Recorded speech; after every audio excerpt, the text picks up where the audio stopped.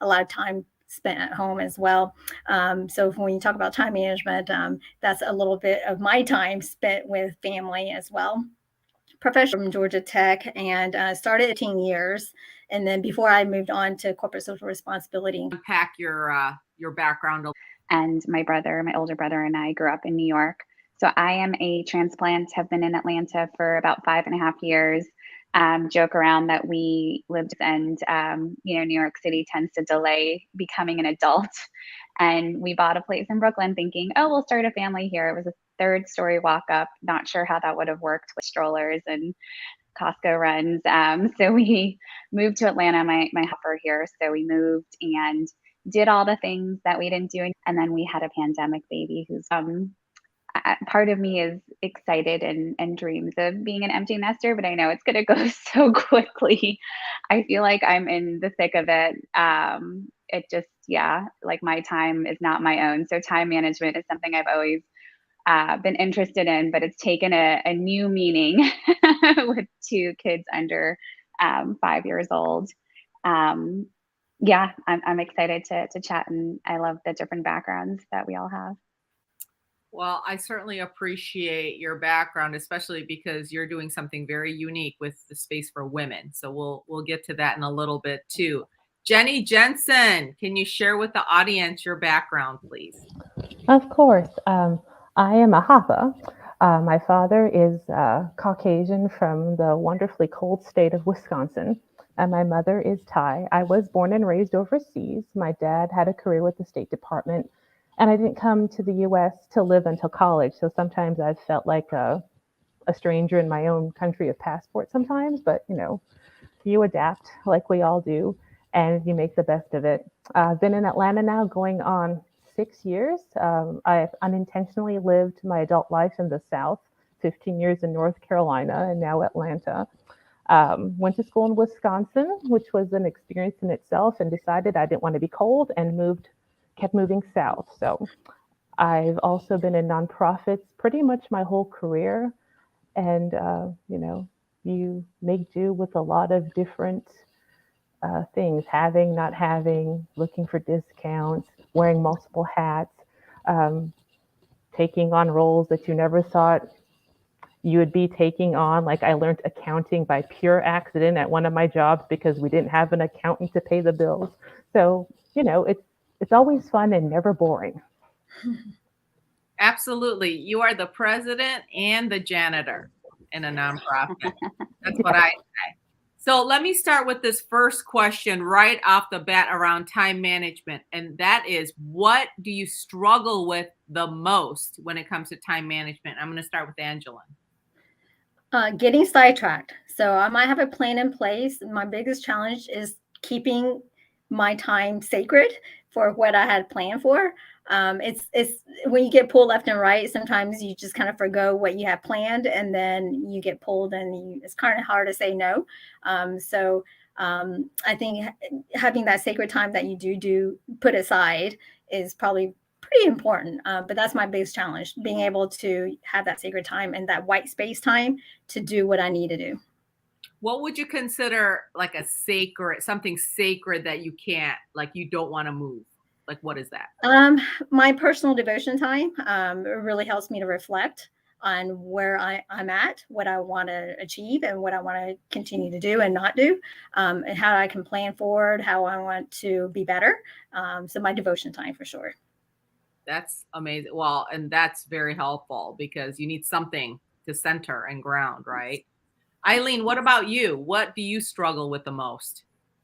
Not having enough hours in the day. I think that's just a constant struggle, and even more so with kids. As far as time management, I feel like so many books and experts and hacks tell you just wake up earlier and be a morning person. And I think for decades, I tried that, and I have finally come to the conclusion that I am not a morning person. So that actually has been, quite helpful and somewhat productive. But I think for so long, I tried to be that person. And my sacred thing is sleep. If I don't get a good night's sleep, I'm not good to anybody. And if I wake up super early too, I'm tired probably by like 2 or 3 p.m. So I think that's just a constant challenge for me. Yeah, and having like knowing yourself and what works for you is important Yeah. too, right? Because I mean, sometimes it just doesn't work if you try to force it, right? Agreed. Yeah, and especially with the, I would imagine, I don't know what kind of sleep you get, especially with a 1-year-old, but I'm just saying, that might, I that know might, people have said, "Oh, don't worry, when you have kids, you'll start waking up early." I don't know what to say. We still don't wake up as early, thankfully, as a lot of other parents. I think my kids are not morning people either. oh, well, that's all. All right, Jenny, what about you? What do you struggle with? Putting people coming to me to help put out fires, and much like Angela and I can't say no because, we're a team. We got to pull together. Even though I wasn't the one that created the fire, I'm always there with the hose to help put it out. And sometimes that can get frustrating too, because you have your own projects and deadlines. And so when the pandemic started and we came working at home, I told myself, you have to learn how to say no. I can help you. I'm more than happy to help you. But maybe if I teach you how to do X, Y, and Z, or you pull me in earlier into the planning process, we can help put out these fires that crop up. And that's been kind of helpful. But still, I'll get pulled into the burning building. Absolutely. And it's not like you can easily say no to those situations, right? So part of it is that. So I'm going to take a question already, just because I think we need to get our audience involved. So it says, I'm an executive assistant and a mom. How can you observe work-life balance and set boundaries for yourself? Woohoo! This is the secret. How do you set boundaries for yourself, Eileen? I just hearing executive assistant, I think that's a tough one because I think the expectation is that you are always responsive. So as much as it feels, uncomfortable and maybe not well received at first, I feel like you have to say, during these hours, I will not be as responsive, but during these work hours, I will get back to you within an hour or something. I think the pandemic has helped me say no way more. I've not been good about it either, Jenny. But I think slowing down and really, getting the opportunity to be present at home with friends and family. I'm like all about saying no now. Someone said that they really wanted me to do a meeting on a Sunday, and I very quickly and very respectfully turned it down because I said, like, I need to rest right now. I'm like, my husband's traveling all week this week. I'm like, when he comes back on Saturday, Sunday is my day. So I think it's, I feel like I've become more attuned with myself and my limits. And that's allowed me and helped me to figure that out. I also track, and I've started doing this year. I've realized 10 meetings a week is like a good number of meetings for me to then allow for time to actually get work done and check emails. And then I've noticed, I'm trying to notice more things. And again, this is the pandemic and it being more quiet has helped me with this. When it reaches 13, 16, that's when I feel like I'm becoming fried. I can't get anything done. My inbox is getting ahead of me. People keep on asking me to do stuff, and I just feel like my to-do list is piling. So being real surgical about how you sort of track your time and set those boundaries has helped me. I love that. So are you talking about like 10 1-hour types of meetings or just 10 meetings period? 10 meetings period. So more or less an hour, because I feel like they go over, especially when they're in person now. I feel on Zoom, you can get it done in 30 minutes, but Absolutely. I love that you actually like kept track. So you have a range that you know, and that's very interesting, very helpful that you're actually keeping track. What about you, Jenny? What methods do you use? I tend to say, if I'm going to start work at 9, I need to be done by 5:30. Or if I'm doing something at night that's work related, I'll come in later the next morning. And I've also found if I need to really concentrate and write something like I'm drafting or run a show or a speech, I just put a big block of time on my calendar and don't accept any phone calls, don't check emails. I actually shut my email off. Otherwise, you'll never get those big thinking things done. But sometimes it's also hard if someone calls, hey, I need this. But if you stick to your guns, your colleagues will start respecting your time more. Absolutely. People respond to how you respond, right? Yes. And Yes. and refer to that white space. I think that's kind of what you're talking about, is that block of time where like thinking is working, by the way, everyone. Thinking's working. So sometimes you need to do that. But I like that, the fact that you're kind of more calendar driven. It sounds like more like you actually block things. I have to block lunch out sometimes. I I don't know. do that too. Yeah. So how about you, Angeline? What are your methods and techniques? You really have to set boundaries. I think if people expect that you're not going to answer beyond a certain time, or they know that you're going to be out for a certain time that you won't be available, you have to set those boundaries. I've heard of people blocking off time on the calendar for certain tasks. That doing that helps, but you want to make sure you don't block off so much time that people can't reach you, right? Because people need to be able to communicate with you. They need to be able to, you need to get timely updates as well and work with people. And so don't block it away so that you don't have room for those relationships and conversations and those networks. I've also heard people say technology, it's great, but it's also a detriment to your social, your well-being. We're so hooked onto our cell phone that is kind of hard to pull away from it. And so I've heard folks, they'll have maybe no technology Saturdays from a certain time period to a certain time period, or even Fridays. After 3 o'clock on Fridays, I don't touch my cell phone or any technology, my laptop, until maybe noon of Saturday. I haven't tried that yet, because I find that when I unplug like that is really hard when I come back, because then I get bombarded with too much stuff. So you have to kind of adjust and see what fits you.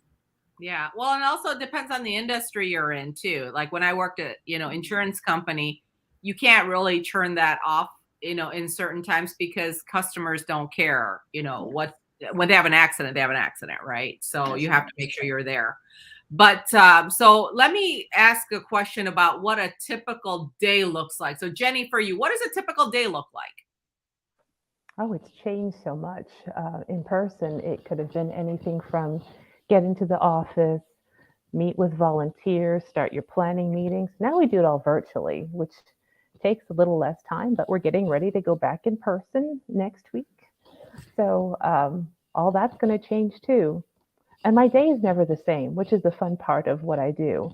I'm never bored. One day we could be, hey, we're planning a luncheon for women leaders in Atlanta. And the next day it's, hey, we're planning a meeting for our volunteers just to get them up to speed.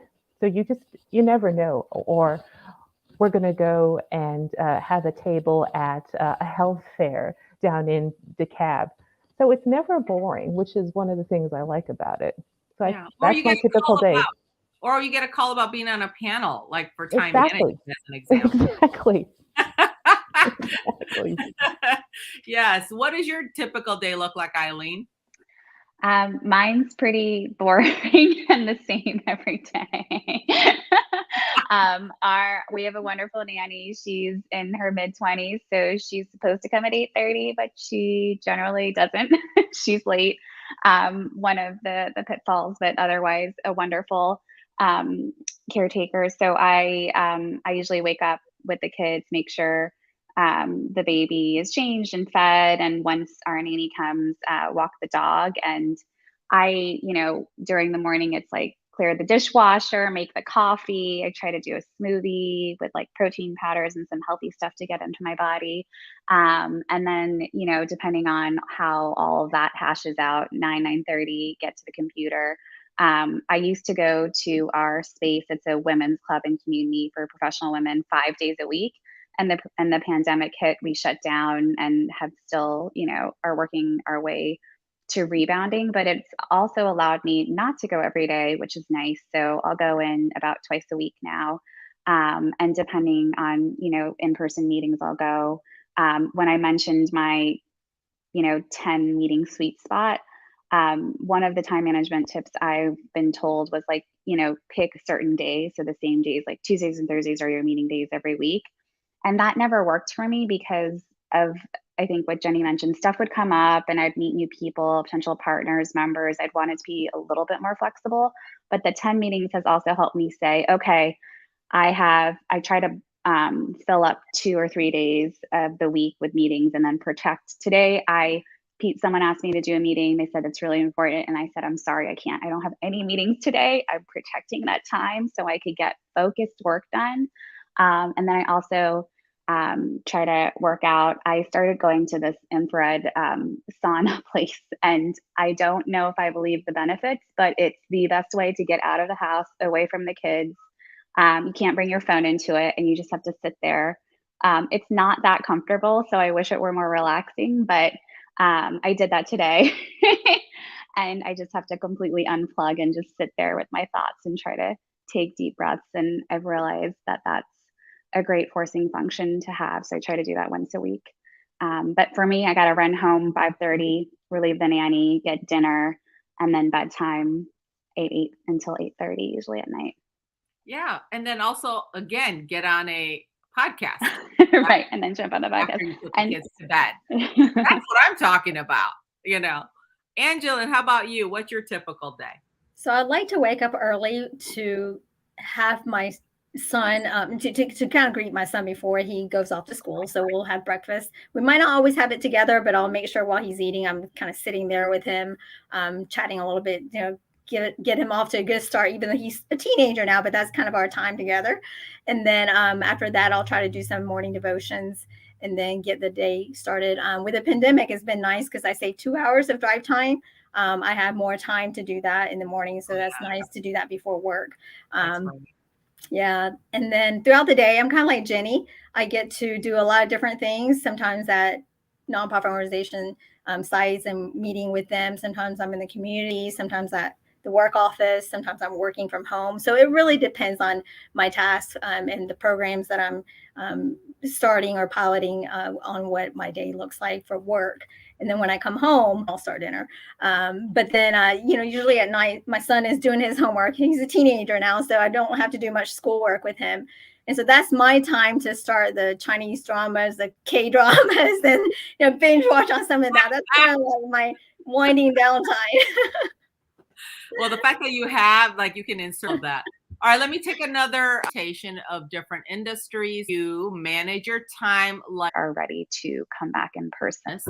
And the full-time job ability to do. So seeing their parents work and being involved in the business like that, that I think they're going to grow. Or OneNote or Google Calendar or you got notes in your iPhone too. You got the notepad and you write down. Yeah, I say start at the simple. Don't look at a fancy ones out there. I would start really simple and then kind of go from there. Yeah. Series. We look forward. As a part of their ongoing war with Asia, used it as a place for target practice. No consent or compensation. Colonizers call for annexation. Network of all.